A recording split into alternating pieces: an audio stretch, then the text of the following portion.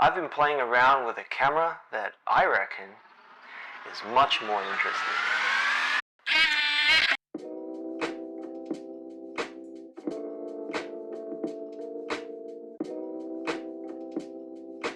So, what's this camera?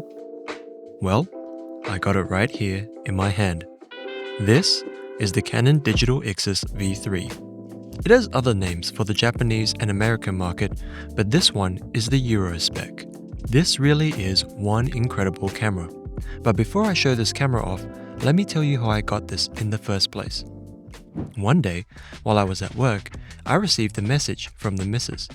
She was at the op shop and stumbled across this Digicam for $10. My first impressions were, okay, that's an interesting looking camera. I did a little bit of research.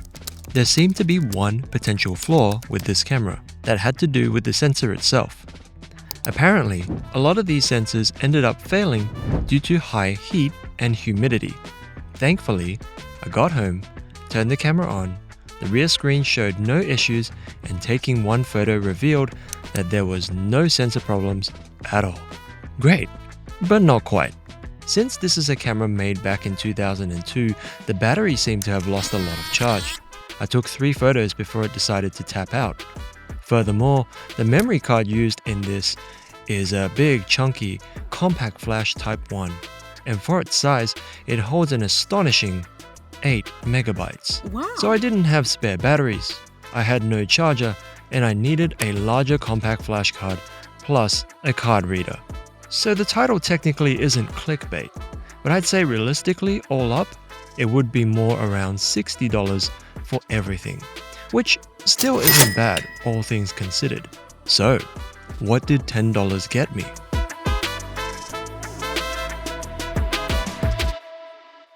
This camera has a small CCD sensor, roughly 4 times less than the size of APS-C, and it's only got 3.2 megapixels.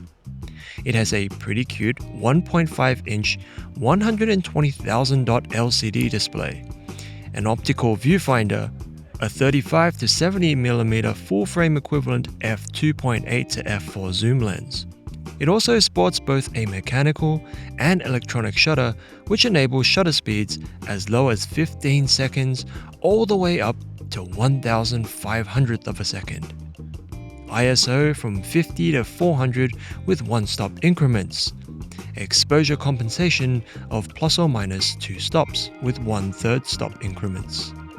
A built-in flash with TTL, red eye reduction and slow sync modes. I'm running out of breath.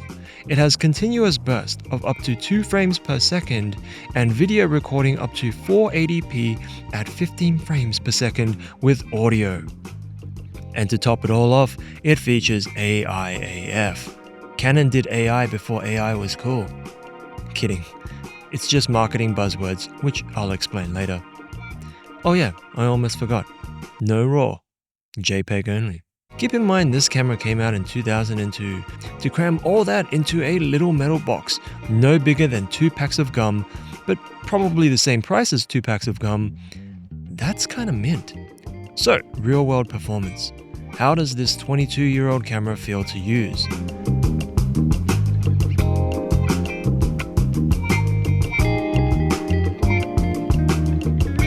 Frankly, the overall operation speed of this Digicam is bad.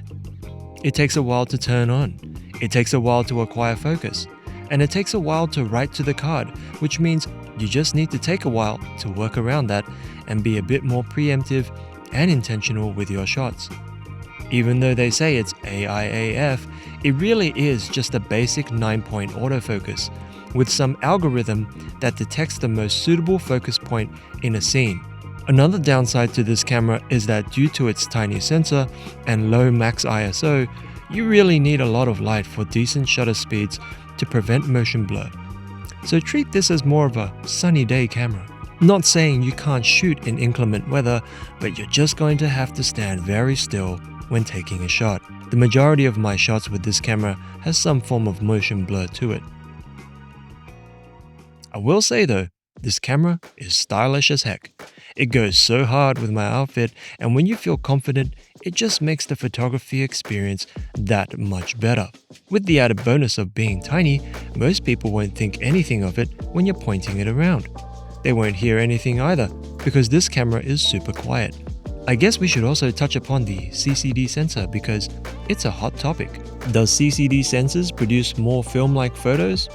I don't think I'm the right person to ask, but what I will say is that I like the color rendition of the JPEG straight out of camera. It feels very true to life. The blues and reds look really pleasing and add a sort of character to the images without being overly stylized. All in all, this Canon Digicam definitely feels like an old Digicam would. What it lacks in technological performance, it makes up for in retro cool and user experience. As someone who has done photography for a while, I can appreciate the limitations this Digicam provides. It's a humbling experience when you realize just how much you've relied on modern technology to get the shots you want. And in a way, learning how to maximize results on a slow camera can change your overall approach to photography for the better. Do I recommend this camera or any other Digicam to others? It depends.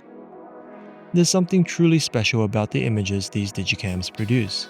I don't think we will ever see a revival of the Digicam, as phones and action cameras have become so good at everything, and imaging editing software can emulate these lo-fi looks. But as photographers, sometimes we are irrational and spend money on things that make us happy. And happiness doesn't always mean perfection. Just like film cameras, if you wish to relive the past and manifest the vibes of the 2000s, this is the way. Go grab yourself a Digicam and just go live in the moment. Thanks for watching, and until next time.